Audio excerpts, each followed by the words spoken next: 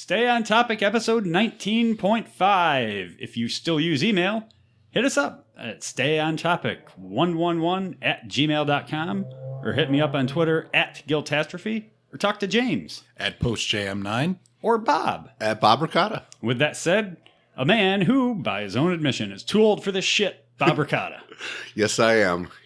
And to his left, a man who came to chew bubblegum and kick some ass. And he's all out of bubblegum, James Post. Well, now you just took my punchline, so now I got nothing. And I'm Chris Gill, and I feel the need for speed. Okay, we're going to blow through the news real quickly, and then we're going to get into We're just going to blow. Yeah. Yeah, we have the potential to really blow. Then we'll get into our big movies list, which we had a super turnout on the social medias. Oh, absolutely. Yeah, thanks everyone for sending in your nominations. I think we really hit a nerve. People really responded, and we love to hear it. Yeah, so let's try not to bugger it up, okay, guys? All right, so just today, this is being recorded on Wednesday, the President of the United States said he will not allow transgender people to serve in the U.S. military, although to the best of our knowledge, nothing was signed. Yeah, it's really unclear if there was actually an executive order of any kind. If there was, I certainly haven't seen any official confirmation of it. It really seems like it was just him making a executive Twitter statement. Yeah. Was this just a smokescreen or just... See, that's where this gets interesting.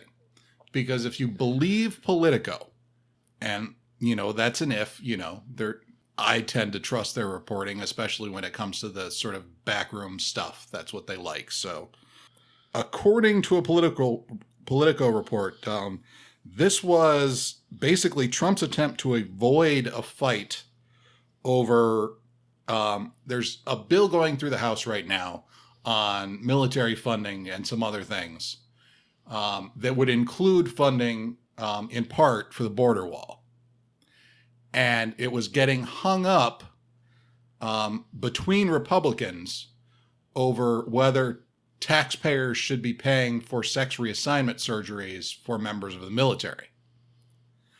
So they're saying that this was Trump, and, referencing anonymous sources inside saying that basically this was Trump trying to just derail that so that the thing could go through. We're just not going to have transgender people in the military. We don't have to have that argument. Case closed. Yeah, that's kind of but still, it's almost 9:00 at night. No evidence that anything was ever signed. No. I mean, unless we're just making executive orders on Twitter now. I mean, that kind of seems to be where this story stalls. Yeah, I didn't know this was a big problem in the military. 15,000 people, it's estimated. That's an estimate. Some other estimates are more like 4,500. Okay, so the estimates are just way off. And that estimate of 15,000 is based on, I can't remember the group, but it's a pro-LGBT rights group basically saying that there are a lot more people serving who are just not... Who haven't come out and... Yeah. Right. Also our president tried to talk to the Boy Scouts about sex on yachts.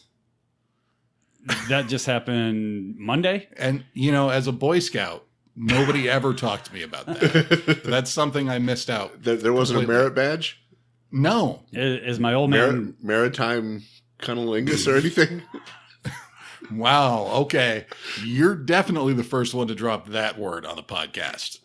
Yep. This blows. So, as my old man said, at least he wasn't talking to Girl Scouts. Our president is also asking lawyers about how to pardon people after Jeff Sessions' involvement with Russians seems to have deepened. Yeah. Some question about whether he could pardon himself. Yeah. Which, Nixon never even thought to ask. So, he's got that on Nixon. True that. And also, Sean Spicer resigned. That seems It- like it's that been- seems like a month ago. It's been that Yeah. long since we've done a podcast. The spicy one. Sean Spicer resigned in sort of the fallout from what seems to have been a major power shift Yeah. in the West Wing. And can you announce the new fella's name? Because I sure can't. Scaramucci? Scaramucci? Is it Anthony? Antony, yeah, Anthony. as Okay. Bob would say. Yeah. Yo, Anthony. Yeah. Because there was reporting that both Steve Bannon and Reince Priebus had said that Scaramucci would work in the White House over their dead bodies. Yeah. I mean, This is a guy who just hammered Trump during the primaries. Called him a hack. And now, Not surprising, a political operative is mercenary, but it seems like if Trump is willing to do that over the objections of the people who we think are the closest influences on him outside of his own family, then it seems like there's been a shift in the balance of power. the best part was when he went in front of the press trying to tell them how competitive Donald Trump is and was trying to tell them that, oh my God, he knocks down threes on the basketball court. What are you talking about? Jesus. Well, Didn't he also say he sinks 3-foot putts? Sinks. Yeah, because that's really difficult. Yeah. I guess it depends Maybe on I pin misheard location, that. I think he but- said he has a 3-foot putts. Well, we'll know when the P-tape comes out. But Priebus is a dead man walking. Yeah. Yeah. If he makes it to Labor Day, I'll be surprised. Yeah, well, especially after this, it seems like he's got to be on his way out. He could tell people, I did everything I could. I want to go, Write my book now? buy a ranch in Montana and have people forget I ever lived. So yeah, the only other thing that was out there this last week was Comic-Con, which was kind of underwhelming, especially from the big two. But Ready Player One looks really awesome.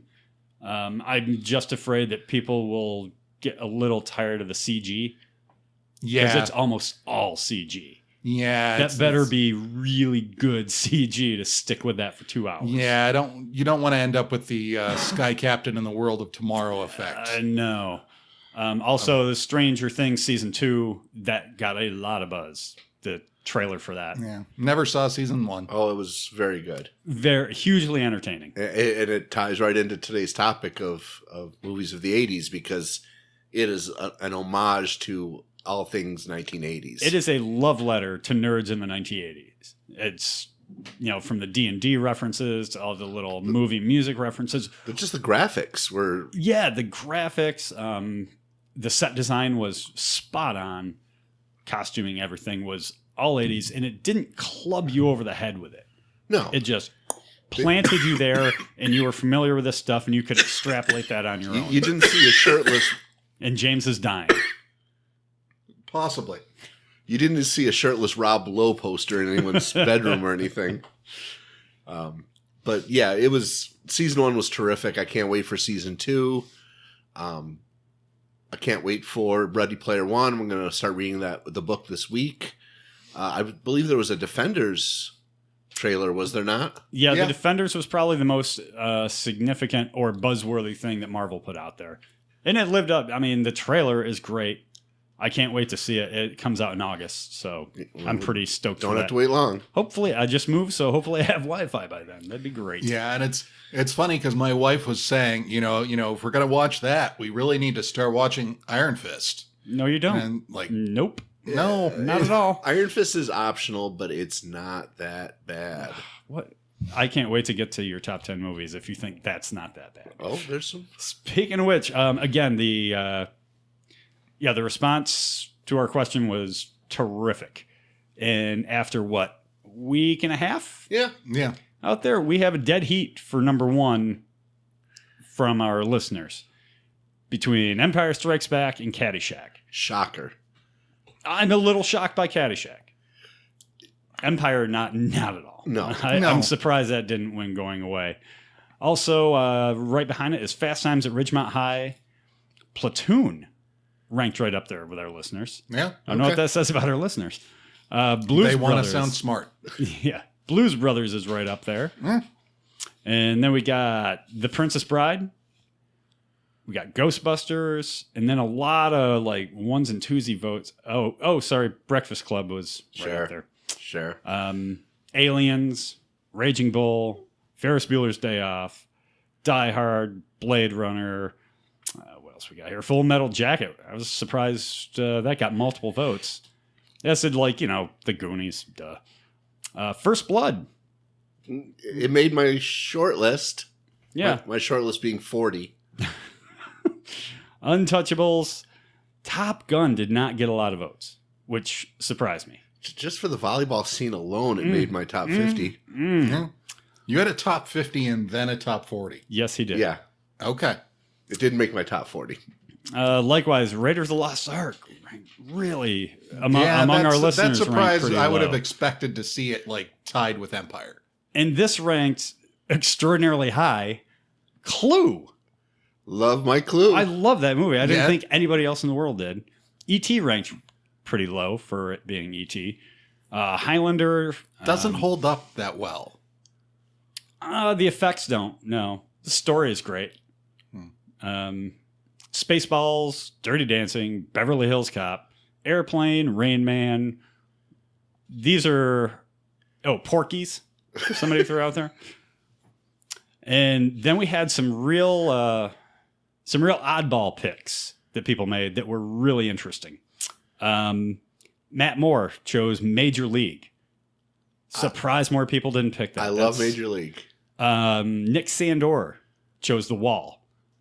Huh. Again, surprised more people. Matt Moore, again, Where the Buffalo Roam. He's probably the only person that's seen it. I've seen it, but... Yeah, you have to. Hunter S. Thompson. Yeah. Josh Dramer chose Heathers. Only one to do that. Love Yeah, Heathers. no, that's a Excuse me. great movie. Kim Benz chose The Neverending Story. The only vote for Pretty in Pink, which surprised me, from Natalie Shannon.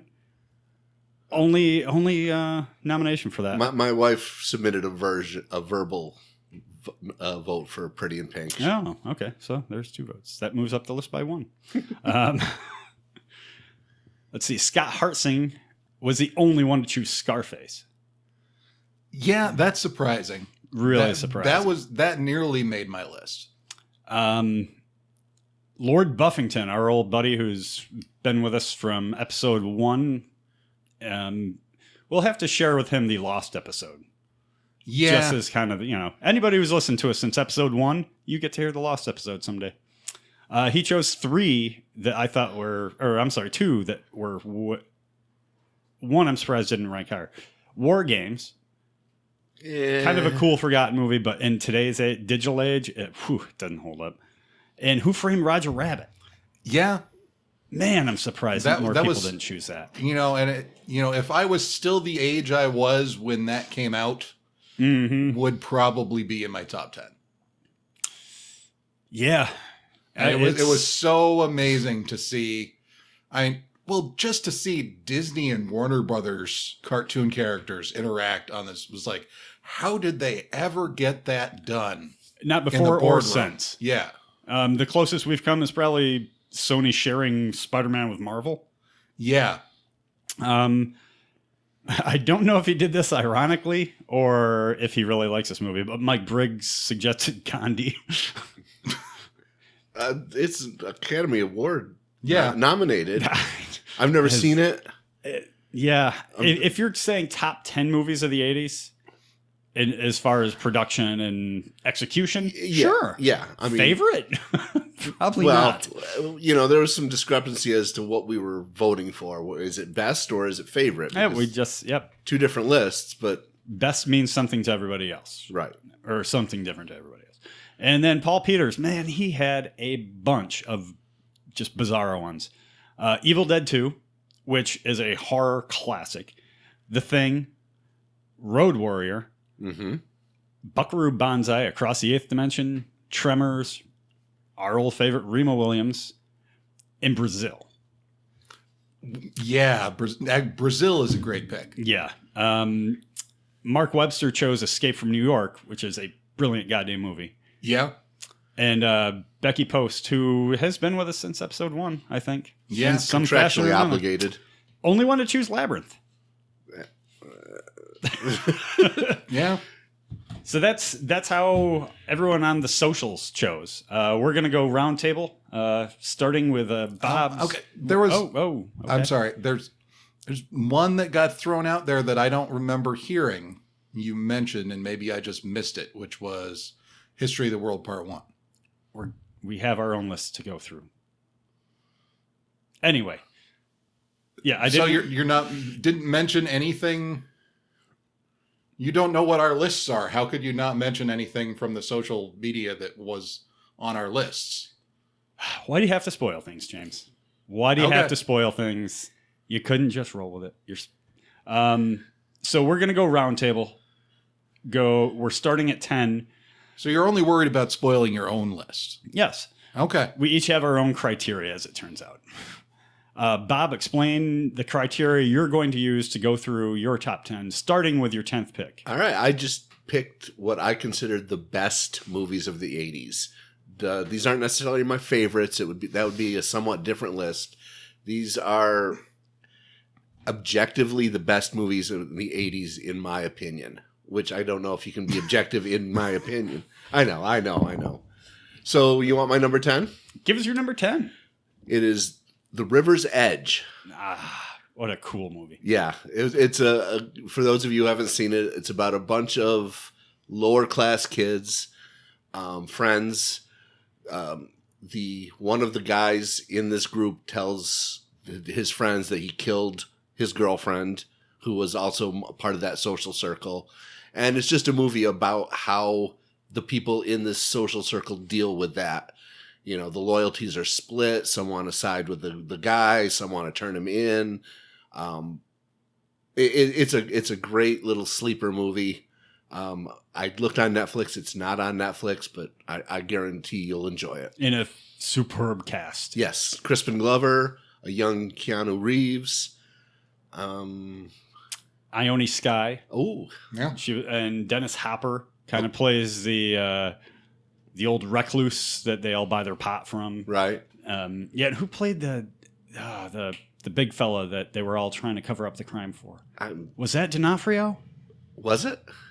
You have to look that up. It received an 86 on Rotten Tomatoes. So, you know, the critics agree that it's a movie worth seeing. And if you like heavy metal, what a great soundtrack. Yeah. What a great soundtrack. So that's my number 10, James.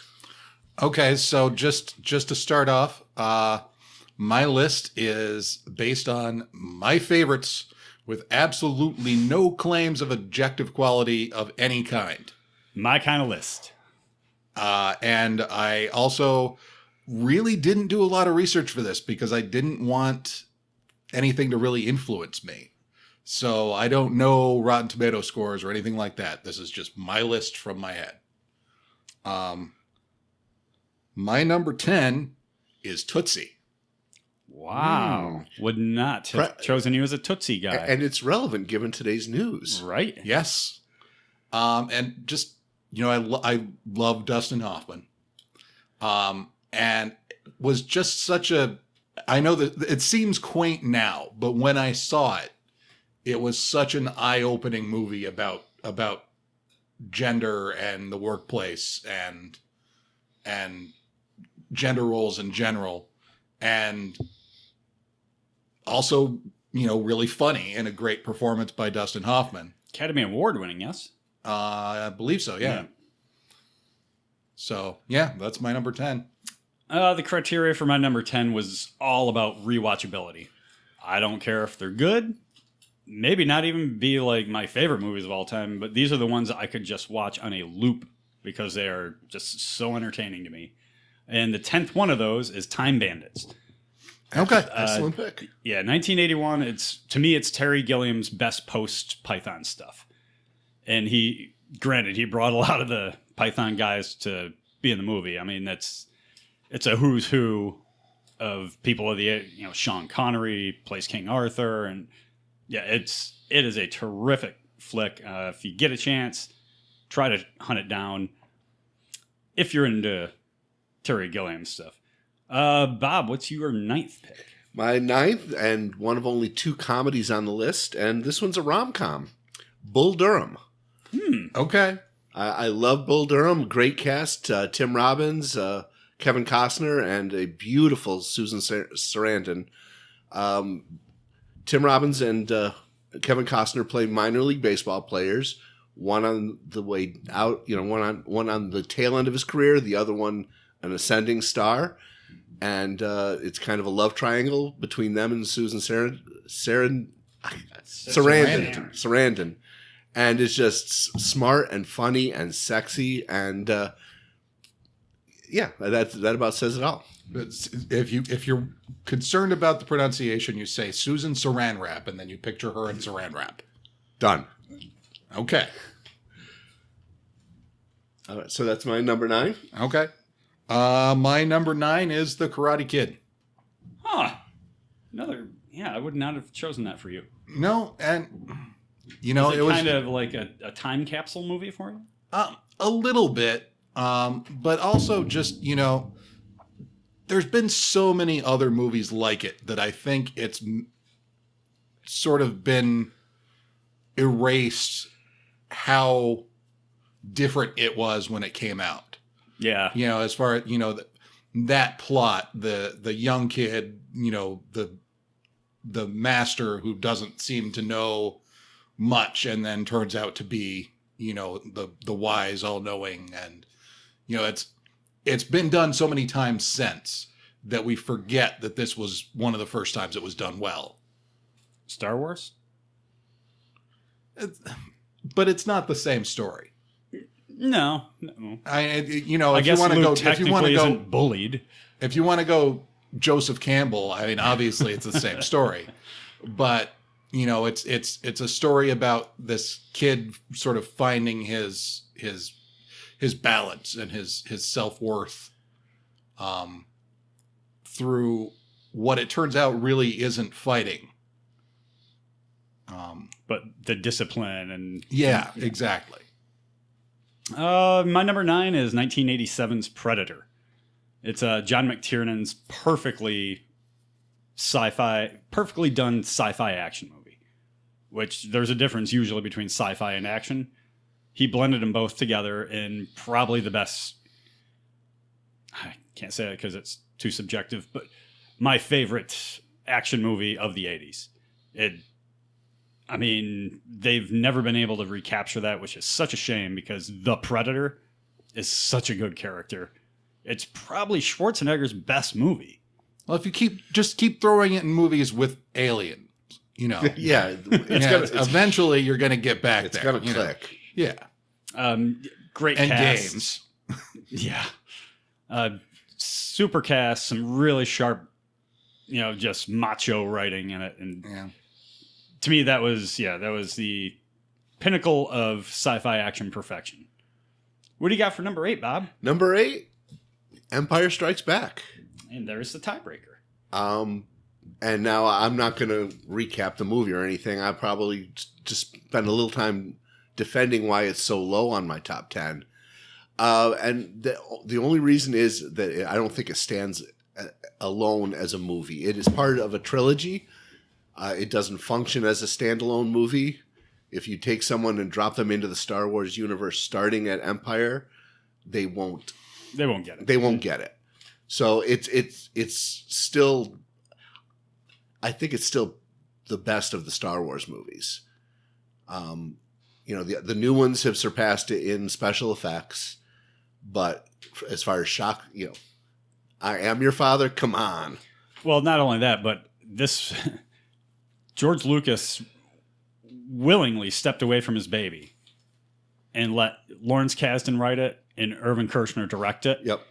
And the tonal shift was so jarring from, like, you watch Star Wars and Empire back to back, and it's really jarring. Like, Kershner sets it up on a lighthearted romp, and then Luke's trying to magic a vibrator into his hand out of snow, and so I've got 7 movies that I think are better than Empire Strikes Back. I can't disagree with you on that. What's your number 8 there, James? My number 8 is Highlander. There can be only one. Really? I've set this up so I don't have to defend myself, but at the same time, I feel like this movie can be defended because Proceed. there's still nothing else that looks like this movie. I'll give you that. Like that fight scene on the Silver Cup sign, Mhm. iconic. Nothing else looks like it. And just conceptually, the story, nothing else out there like it. No, and that we have talked about this off mic before. Like, I feel like this is such a great example of what's considered now urban fantasy. Yeah. The idea of taking a world that looks just like our own at the time the film was made, and then saying there's this bigger thing going on that we don't know about. That, these people who look just like us, but they're not. And these power struggles going on beneath the surface. And, that's sort of at the core of urban fantasy. And that's, exactly what the movie delivers. And there's nothing else that sounds like it because of Queen.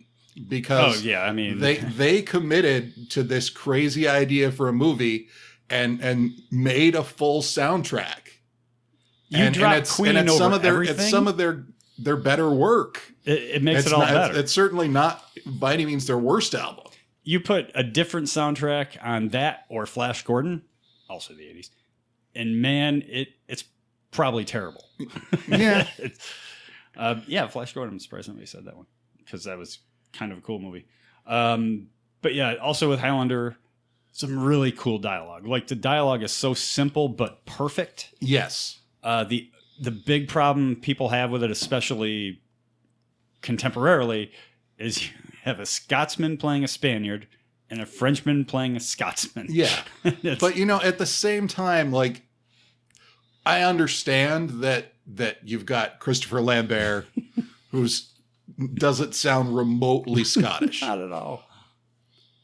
But his accent and his delivery makes him so off-putting. That initial scene in the interview at the police station after the fight at the parking garage. In the parking garage at the WWF event. Was that a licensed WWF event? I honestly don't remember.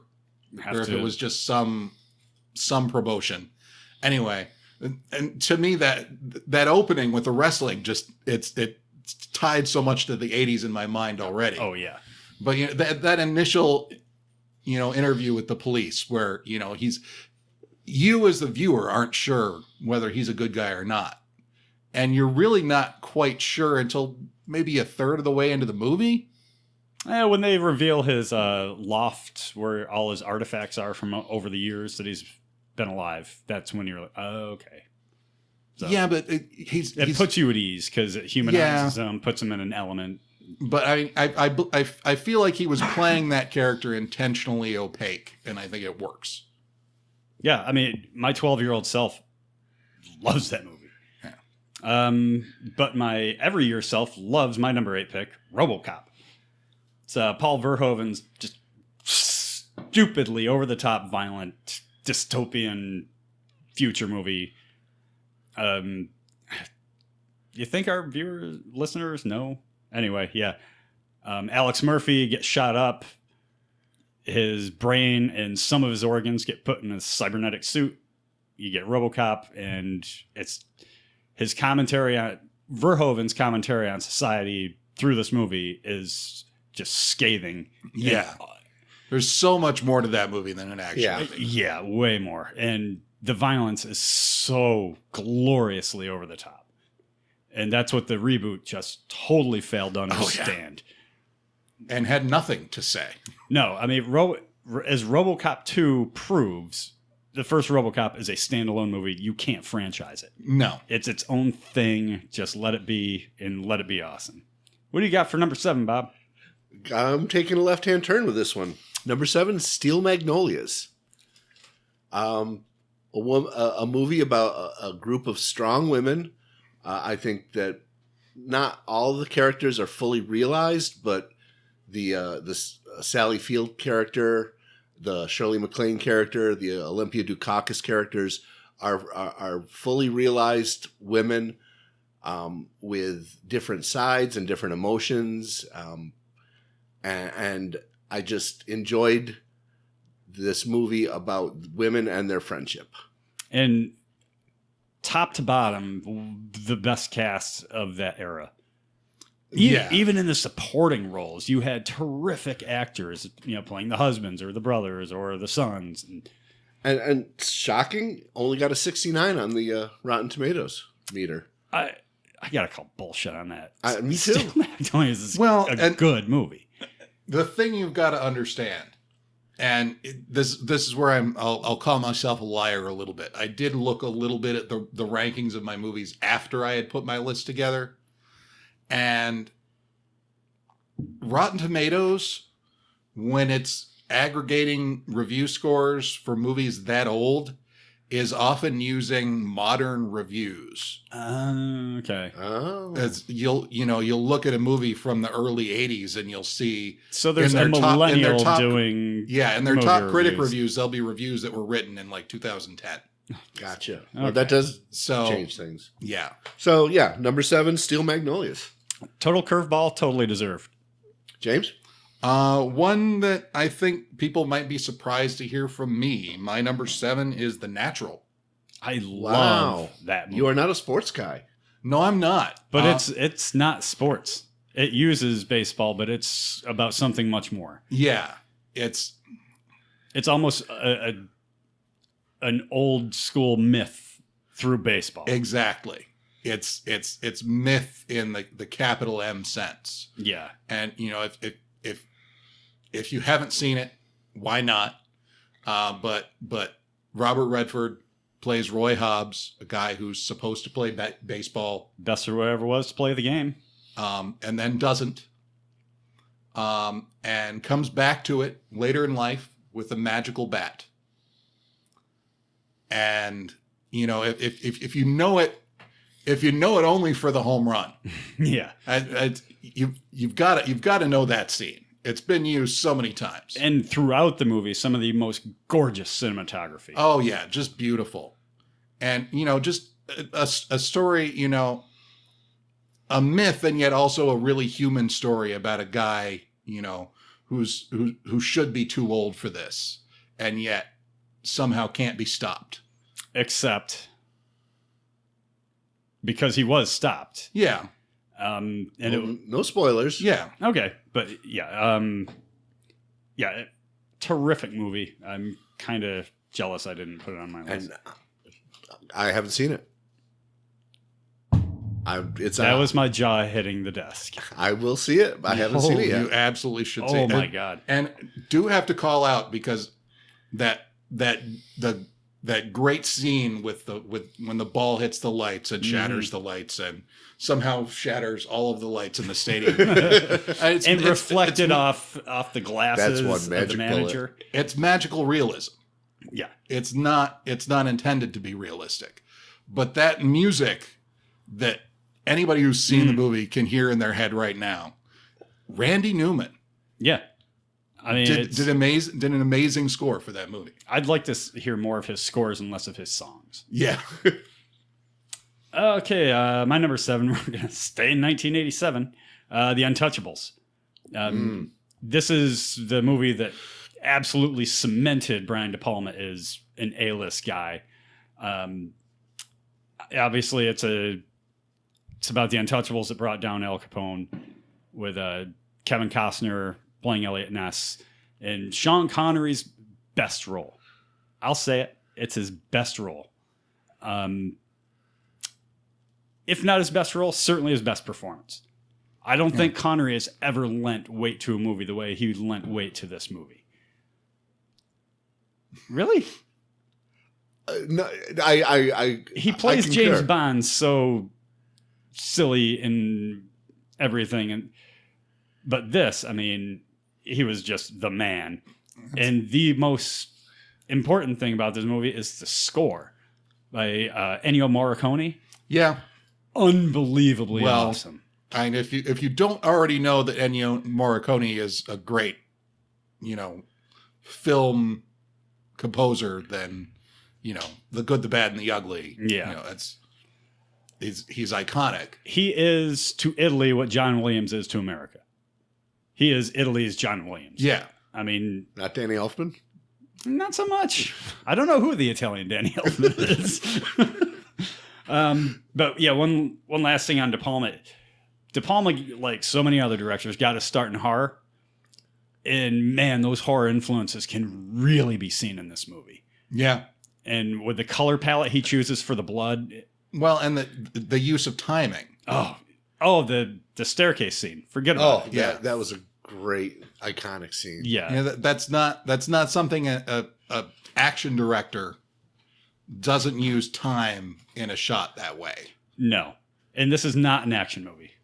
It really isn't. It's a movie I absolutely love, and again, it was certainly considered for my own list. What did you consider for number 6, Bob? Number 6 is The Outsiders. Ooh. The film adaptation of S.E. Hinton's classic coming-of-age story. Talk about a young cast. Tom Cruise, C. Thomas Howell, Matt Dillon, Emilio Estevez. Or is it Estevez? Ralph Macchio. Can we just go with Sheen? Yes. Emilio Sheen. It was just... and talk about a marriage of soundtrack and movie. The soundtrack by Stevie Wonder. I just thought it was a beautiful movie. I mean, the source material is great. So, but see, that's what always hung me up on that movie is I never felt like it lived up to the book. Yeah. Well, I mean, a few things. Yeah, movies almost always can. Yeah. I mean, I've learned long ago not to judge a movie by its book because they're just different things. But it was just a classic coming of age story. It was heartbreaking. It was uplifting. I really enjoyed it. You laughed, you cried. It became a part of me. What do you got for number 6, James? Hold on. Sorry. His phone. Number 6, Blade Runner. Okay. Yeah, I mean, if you want to talk about movies that nothing else looks like, lots of things have tried to look like it. I just wish we knew what it meant. That's what prevented it from landing on mine. I'd like a Ridley movie Scott's not going to give you those easy answers. Well, aren't they rebooting it? Yeah. Yeah. Why? I don't know. It was perfectly fine. Which version? Another problem I had with the movie. They can't even decide which goddamn version to show you. Yeah, I'm not a fan of the voiceover. No. But and sound design.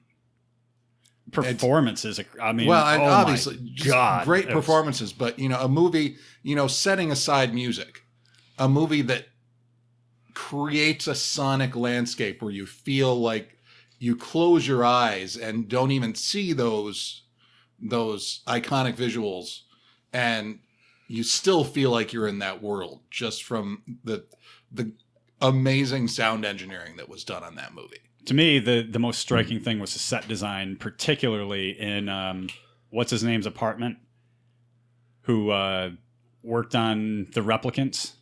Yeah, it's I can't remember the character or the actor's name, but all I remember is that he was on Newhart. and Batman. Another 80s movie. But that set design, particularly of that set, is the most striking thing to me about that movie. I mean, it creeps you out and you can't stop looking at it. Yeah. Let's see. We're on number 6. Yep. My number 6 pick is Top Secret from 1984. Ooh. This is the Abrams Zucker follow-up to Airplane, because they didn't actually do anything with Airplane 2. Oh, okay. Yeah. This to me is far superior to Airplane. It's got more denser jokes. They try to take the jokes a little further. They actually set up jokes. It's not just a gag a second. They're setting things up throughout the whole movie for big payoff jokes at the end. It's Val Kilmer playing an American rock singer who gets wrapped up in this spy business during World War II. Omar Sharif's best role. No, but Omar Sharif is in it, and he's hysterical. And I have to admit, I've seen parts of it. I have never seen the whole movie. And I probably haven't seen it since its original theater run. Yeah, everything Abram, Zucker, and Zucker learned in Airplane and Police Squad, they put to amazing use in this movie. Yeah, it's definitely their best outing, and that includes the Naked Guns, which are great, but they're not quite as layered as Top Secret. So go out and watch it, everybody. What do you got for number 5, Bob? All right, top 5. Number 5, Die Hard. Nice. I mean, I don't know if it created a genre or just perfected it, but I don't know if there's ever been a movie quite like it since. It made it so the everyman can be the hero. You don't have to be Schwarzenegger, Stallone's size. Exactly. A cop from New York, no superpowers, but just that can-do American spirit. And Alan Rickman is a bad guy. He Forget about chews it. scenery. And it's we forget it now because we've seen it so many times. I mean, anybody who's of a certain age has seen that movie 15 times at least. Oh yeah. But the sort of plot twist that happens, where the terrorist attack and the robbery, Yeah. and things aren't quite what they seem, was actually really surprising the first time. Like, it worked. Oh, absolutely. And I think we also forget how charismatic Bruce Willis can be. Yeah, that was his breakout role after Moonlighting. Yeah. Yeah. And big shout out also to Reginald Vell Johnson. What's the character's name? Al. Al, the cop outside, who he got typecast into playing heavyset black cops for the rest of his career, but Until wasn't he the uncle in Fresh Prince? no, No, I think that was James Avery. Goddamn racist. But he was the father on Family Matters. Who was Maybe a that's cop. what I'm thinking of. Okay. But no, he was a really important part of that movie, actually. Oh yeah. And as I remember, he was nobody when that came out. Willis was kind of familiar from TV, but Right. Like that, when you think about it now, that was a huge gamble to spend that kind of money on an action movie with a TV actor, Yeah, Yeah. essentially. But yeah, that's terrific pick. What do you got for number 5, James? Sorry, I have to just keep double checking because I just finalized my list last night. Number 5, Glory. Ooh, Wow. good pick. A movie everybody's probably seen in a high school or middle school Yeah. history class, but just such a great historical drama about something really important that, hopefully we all know now, but we needed to be told in the 80s, Right. about, just incredibly briefly, about the 54th Massachusetts Regiment, which was made up of black soldiers in the Civil War, with a white commander who in the movie is played by Matthew Broderick. And, every actor of color that you think of now as, an important, you've got, Morgan Freeman, you've got Denzel Washington, all those people interacting, on a screen, and really, a depiction of war that's just unflinching, even as it really keeps the gore factor down, which is why we Didn't saw it in need school. gore to not pull punches. Yeah, and it definitely doesn't. No, not at all. That's one thing I really And another respected great about score. that movie. Who did the score? I'm gonna say Bill Conti, and I'm gonna be wrong, but But no, they let you have it. They let you know how shitty this was for this regiment and how they just got shit on by everybody except their CO. Broderick's character was the only one that had their backs. Yeah. And for them to keep going and keep fighting, I mean, you just had immense respect for what these poor guys went through. And just so many great details they get right in the movie, down to the fact that shoes weren't made in left and right back then. They were just issued shoes. And if you're lucky, you wear them in until they fit your left and right foot. Yeah. Like, we've covered this ground, but my number 5 is Empire. yeah. Same reason Bob said for ranking so low. It's really not a complete movie. Yeah. But holy shit, you can watch it over and over. What you got for number 4, Bob? Number 4, the highest ranking comedy out of a decade that is known for its comedies, Raising Arizona. Nice. Okay. Nice pick. The Coen brothers knocked it out of the park. This movie is hilarious. Nicolas Cage never funnier. Was that the Coen brothers' first significant movie? Yes. Yeah. They did Blood Simple. Blood Simple. I don't know the timing on that. But it was such an indie thing. Yeah. Raising Arizona was the one that got your attention. And just the interaction between Nicolas Cage and Holly Hunter. Oh, just. Yeah, and Nicolas Cage, again, not really somebody we knew before that movie. No, he'd done what? Valley Girl. And was that pre-Moonstruck? I think it was. So. Yeah. Okay. Either way, though, I mean, brilliant. Yeah. Oh. In that movie. Yeah. Probably like nothing else he's been in. And John Goodman. Yeah. As the escaped William con. Forsythe is bumbling partner. Yeah. Yeah. It's just a treat. And talk about endlessly. I laugh every time I watch it. Yeah. What'd the pajamas have on them? I don't know. Yoda's and shit. Nobody walks around this house naked, boy. It's quotable. I mean. Oh, I'm going to go home. Yeah. Totally. James? This is the most obvious pick on my list. Raiders. Yeah. It belongs there. Yeah. It belongs on a top 10 for sure. Might as well get it out of the way now. Why is Raiders on your list and probably everybody else's? How can it not be? Just such a great coming together of, actor, director, producer, screenwriter. Lawrence Kasdan again. Yeah. Saving movies left and right. That's his career. And obviously the score again. Oh, John Williams is perfect every outing. We've had this argument before. I'm still convinced that may be a more iconic score than the Star Wars main theme. It's a bold statement there. Very bold. I could see how you could argue it may be a better suit for the movie that it's in than the Star Wars. It sets the tone. Well, of what kind of movie this is. Yeah, exactly. So much better than Star Wars, which is just, the main theme is just basically saying this is going to be a big movie. Right. That's what I'm saying.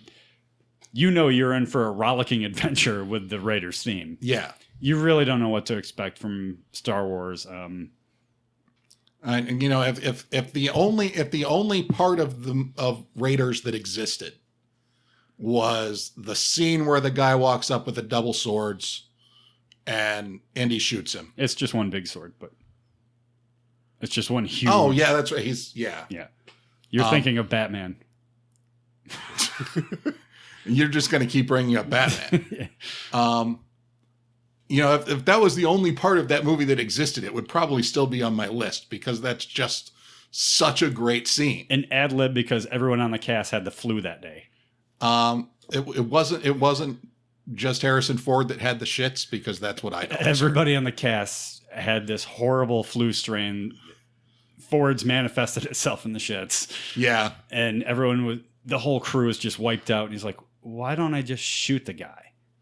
Yeah. That's movie history. That's why didn't it rank higher?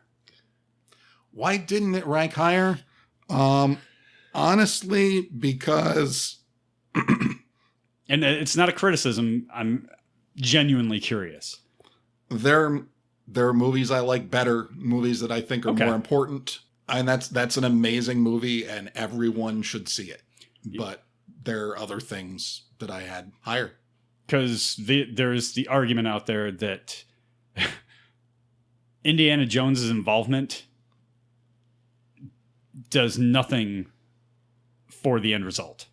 Like, No, that was that's- going to yeah. be the end result no matter what. In fact, if Indiana Jones had just stayed the fuck home, Hitler would have had his face melted off and World War II would have ended early. It's Because they would have brought the Ark. it's Two to like three are- it's like arguing about the Eagles in Lord of the Rings. Like, Yeah. then we wouldn't have been able to tell this great story. But it's fantastic. Number 4, I have what James spoiled earlier, History of the World Part 1 from 1981. Mel Brooks' most joke-heavy movie. Yeah. Just short little vignettes. There wasn't really one big arcing story.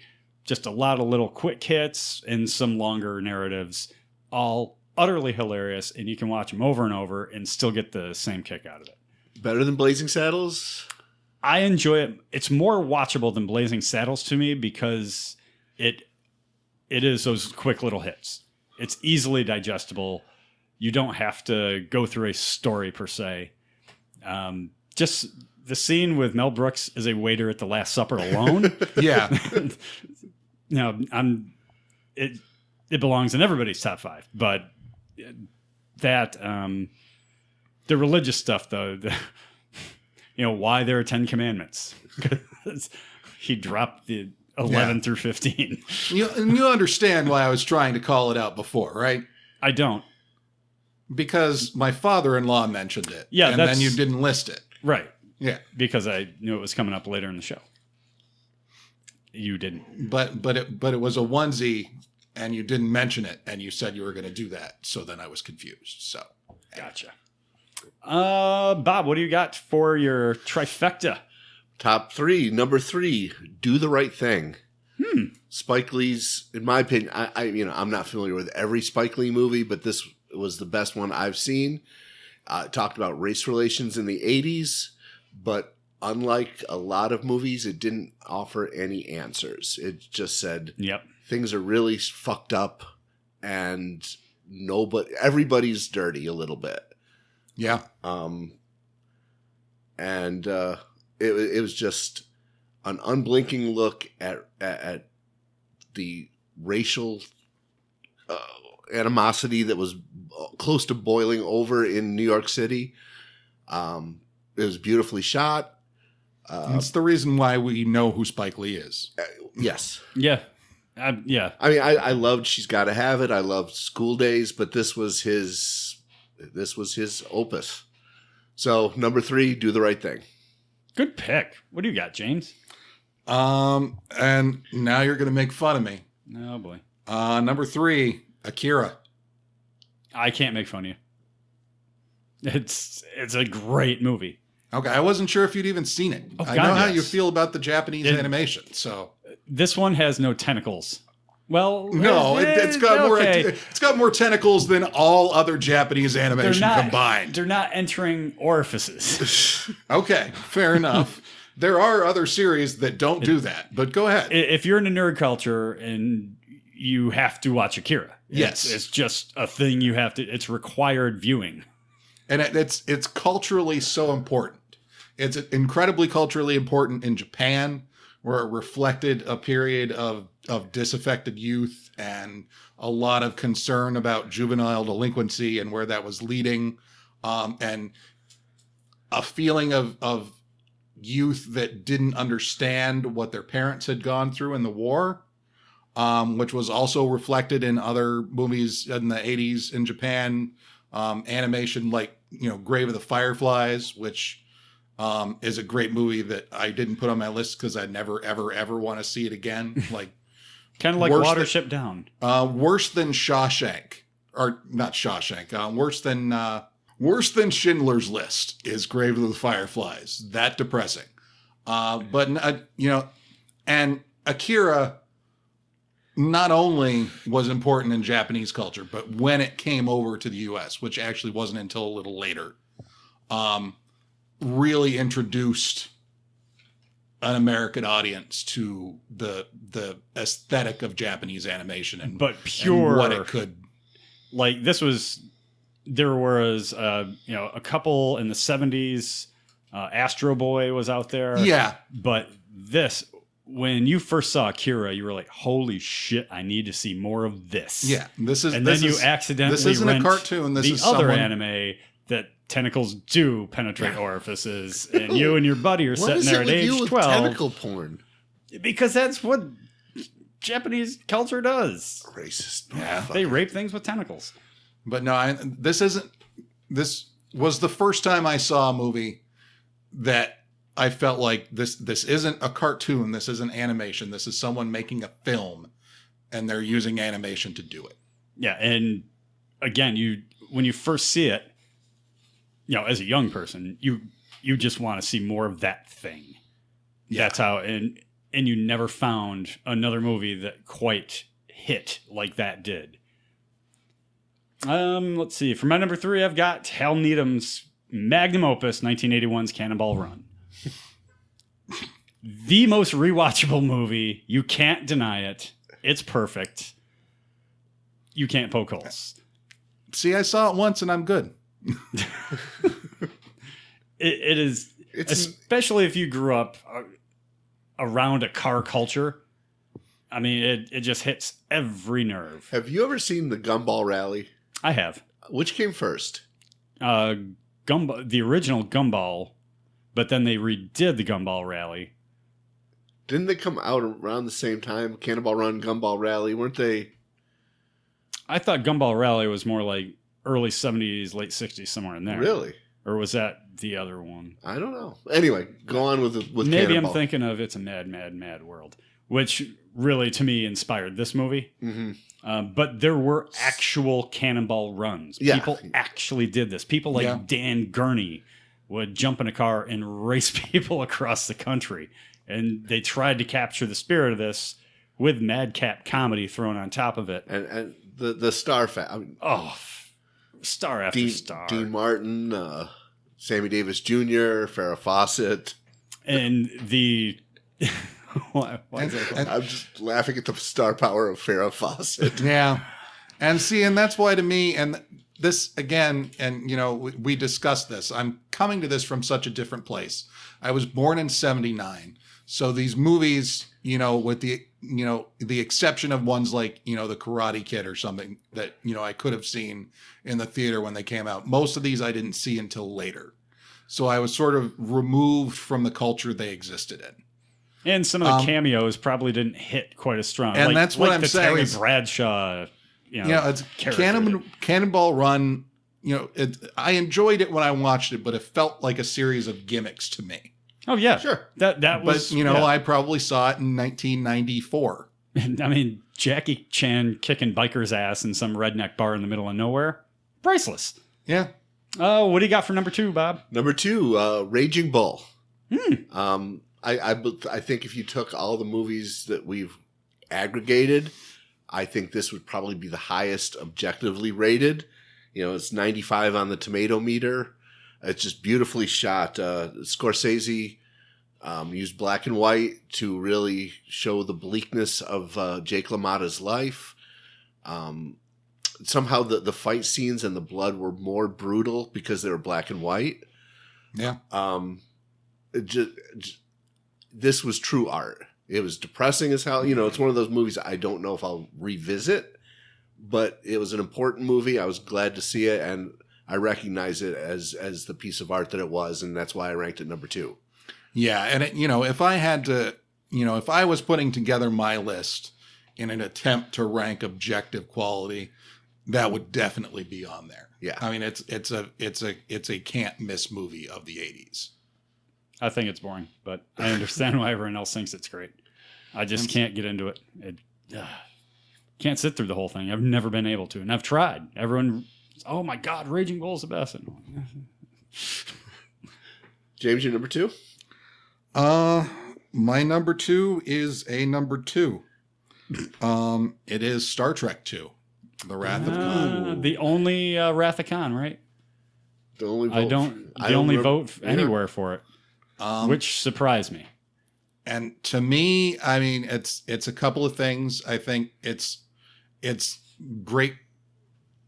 I know this sounds ridiculous, but genuinely really good performances. Oh my God, Montalban kills. And Literally. Shatner, yeah.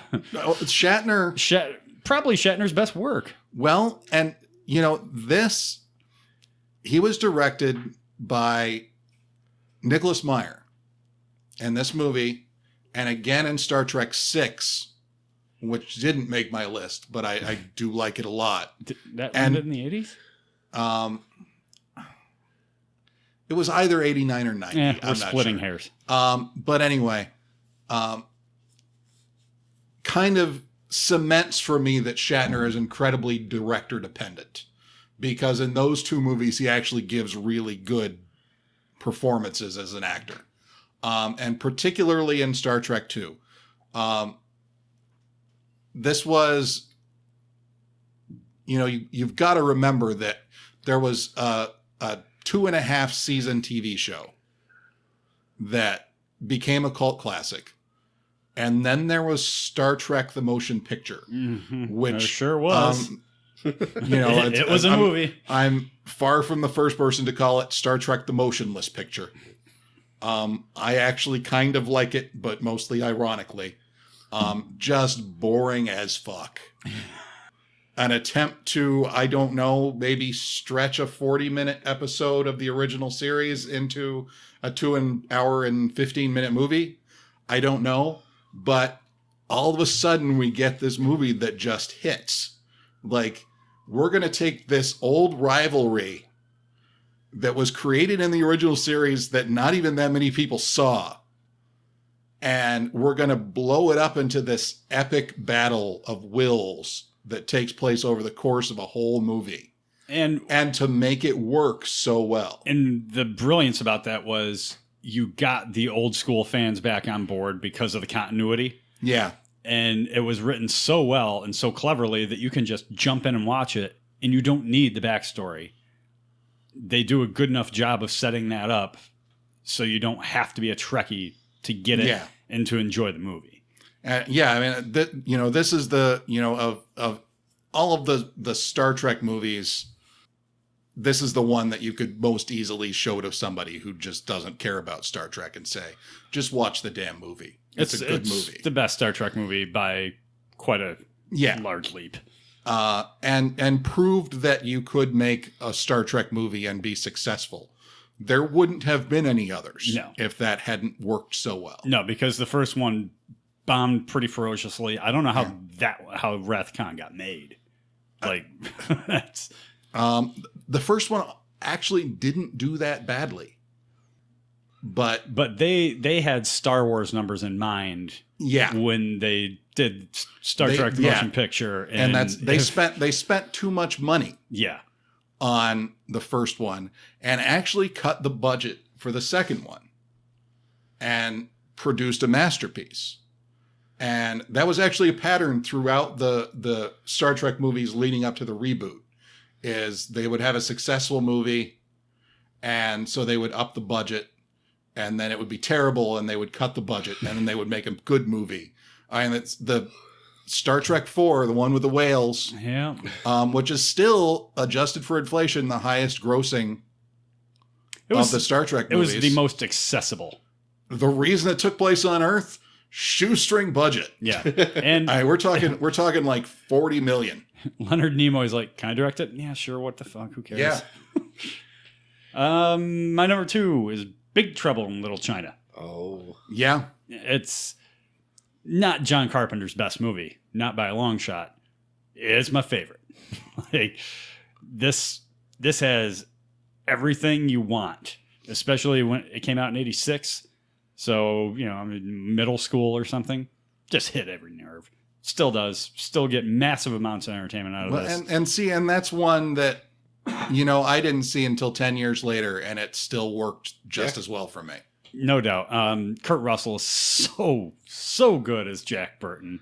He knows exactly what this character is and never deviates from it. just so oblivious. He is so perfect in that role. Kim Cattrall, Yeah. peak Kim Cattrall. Mannequin. Okay, I'll have to go back and rewatch. It's been a while. Andrew McCarthy kills that movie for me. But anyway, just the visuals in that movie on, again, a shoestring budget are so gripping, and they don't they're with you forever. One of the things that I find so amazing about this movie is the fact that a unaware or maybe less intelligent viewer could watch this movie and come away from it thinking that Jack Burton is the hero. Certainly Jack Burton does. Yes. Even though and that's sort of the whole, it's spoofing so hard what we now call cultural appropriation. There wasn't even a term for it back then. The kung fu movie. Let's take this white guy and put him in the middle of it and have him never realize he's not the star. It is so perfect. We all know Egg Shen is the real hero of that movie. So now we're going to number ones. And this feels very anticlimactic, but number one was Raiders of the Lost Ark for me. That's my number one as well. I'll just get it out of the way. Yeah. It's just mine's going to be surprising. It's just it's fun from beginning to end. It's what you want out of a movie. I must have watched that movie 20 times and I'll watch it another 20. Yeah. Yeah. It's perfect. It's the perfect action movie. It's hard to even nitpick it. And other than the fact that nothing he does matters. But I think that was part of the screenplay. I think that you think that was thought about? It's Kasdan. Yes. Yeah. and for me, it created a desire to be a teacher and a lifelong passion for whips. And Karen Allen. Wow. Who, holy shit, her character is a raging alcoholic and needs help. All right, so we've blown our wads. What you got, James? I feel like I'm going to get booed off the stage. Please disappoint us. I'm just left standing alone on the stage, pants down, with my number one pick, which is Lucas? My Bodyguard? I want you to keep guessing. The Last Starfighter. Oh, God. Oh, my God. Thanks for listening, ladies and gentlemen. Thanks for your participation. We really appreciate it. We're going to be closing this thing down. Really? All right, let's do this. The Last Starfighter. If you haven't seen it. And I have. Yeah, we all have.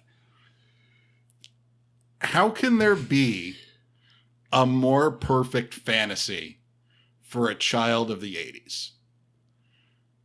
Especially one who plays video games. Especially. Not ripping on it.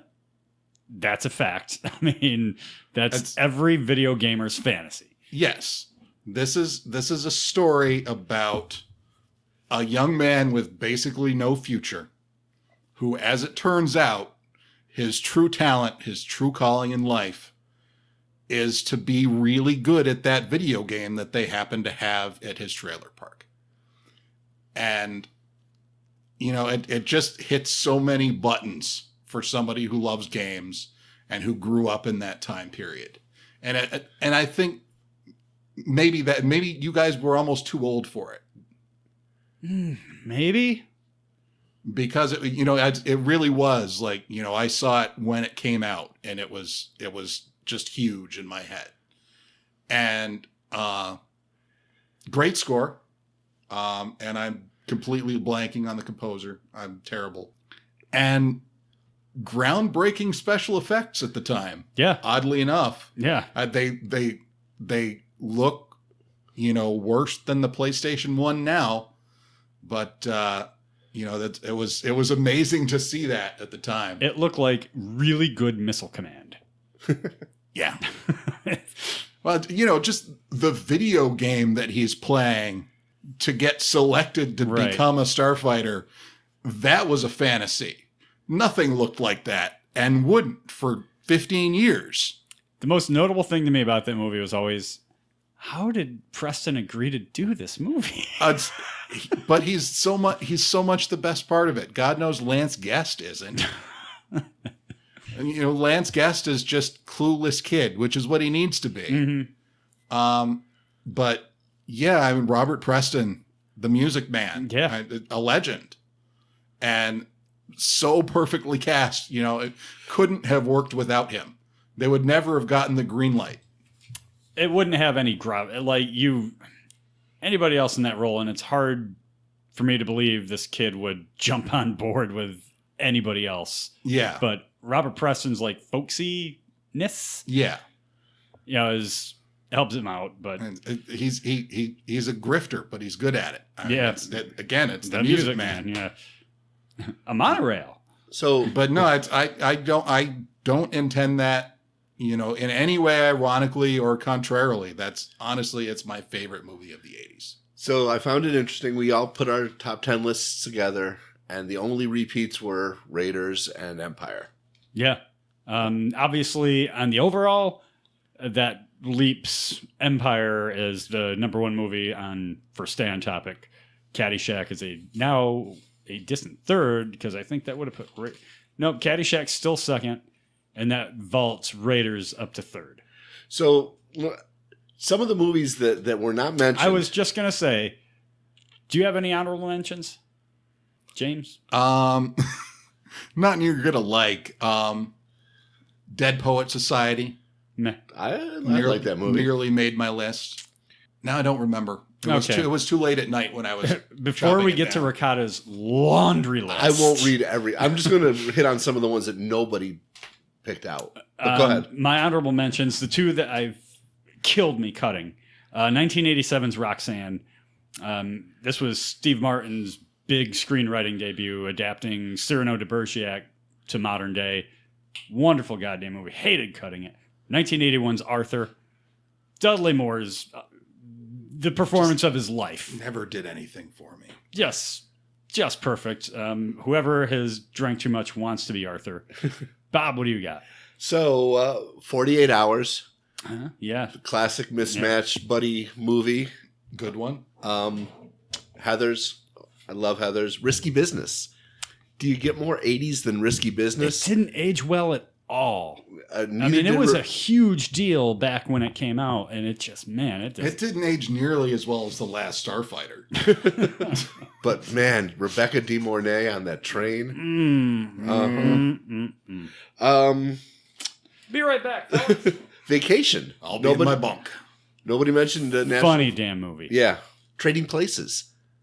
Yeah. Good movie, not hilarious. But it was a good movie and it was funny. Whereas a lot of comedies are just funny, Yeah. Yeah. It was more than a comedy.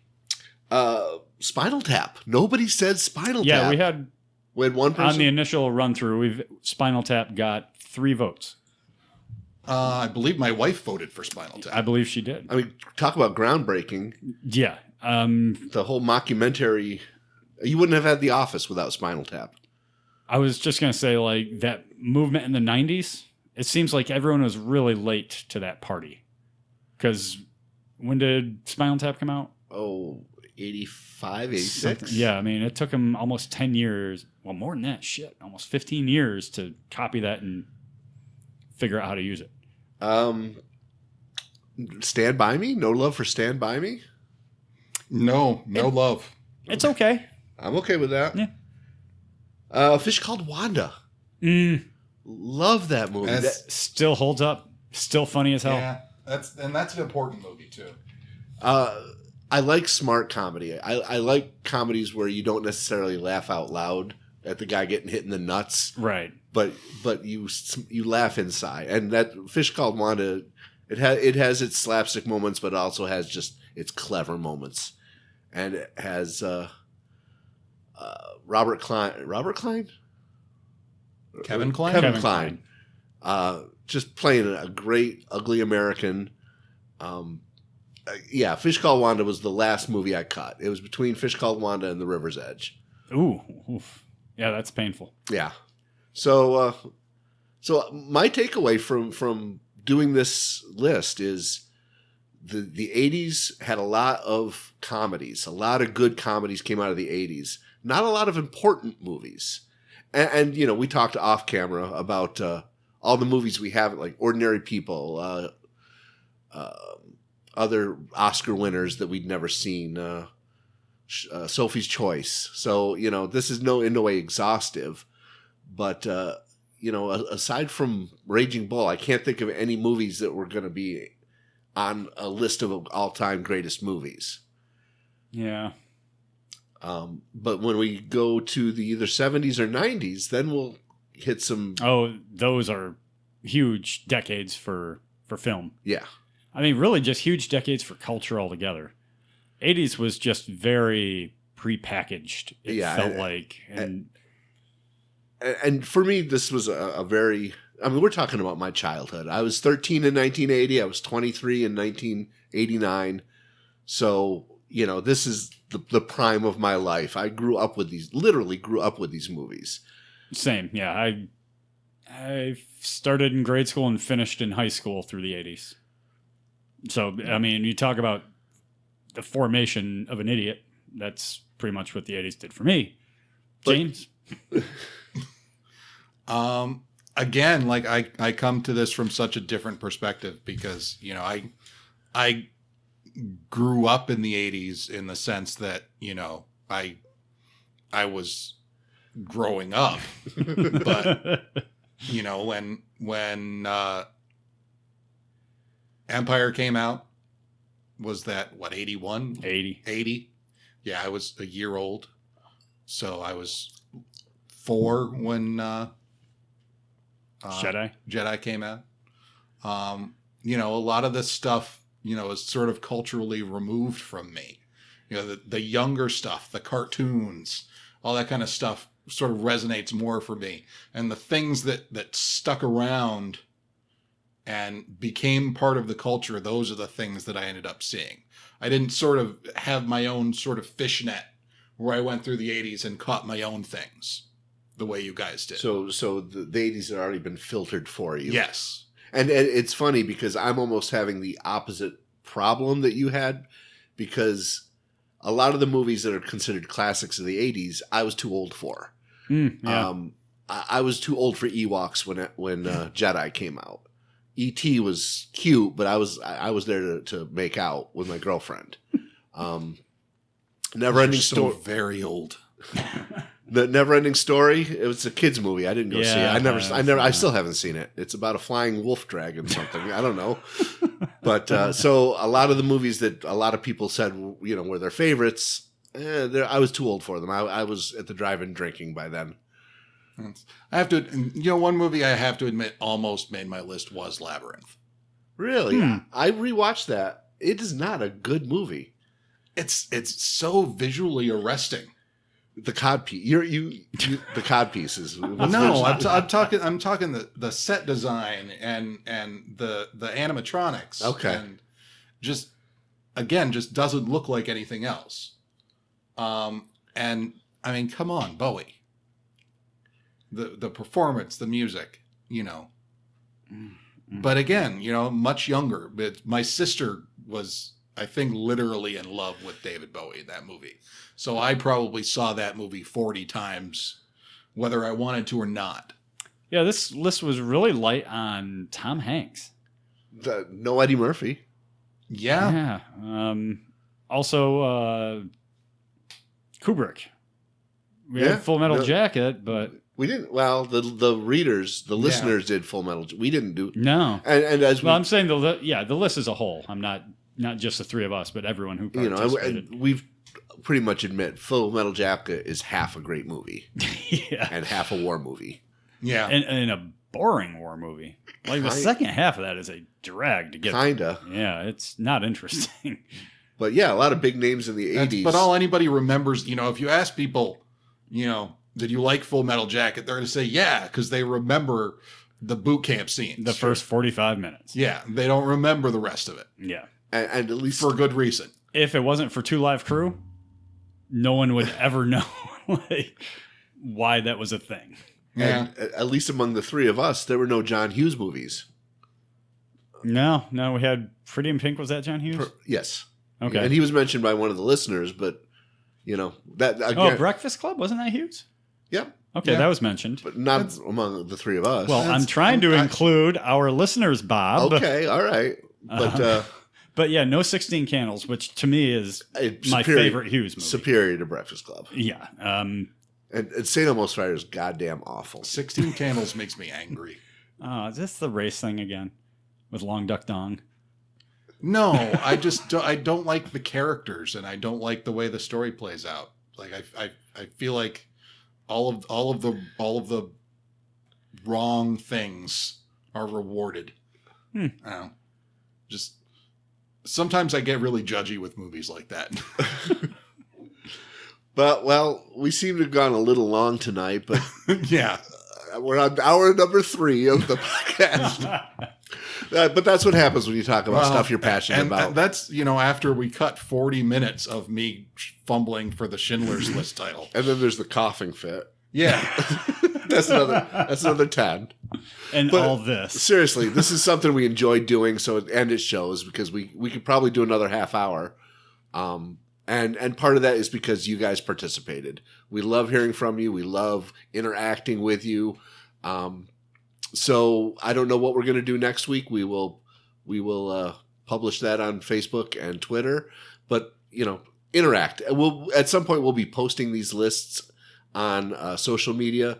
Tell us we suck. Tell us we're idiots. But just let us know what you think. We love our audience and the interaction. So anything else to wrap up?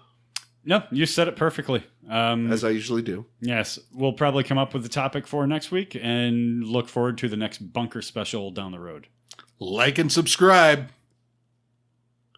Out.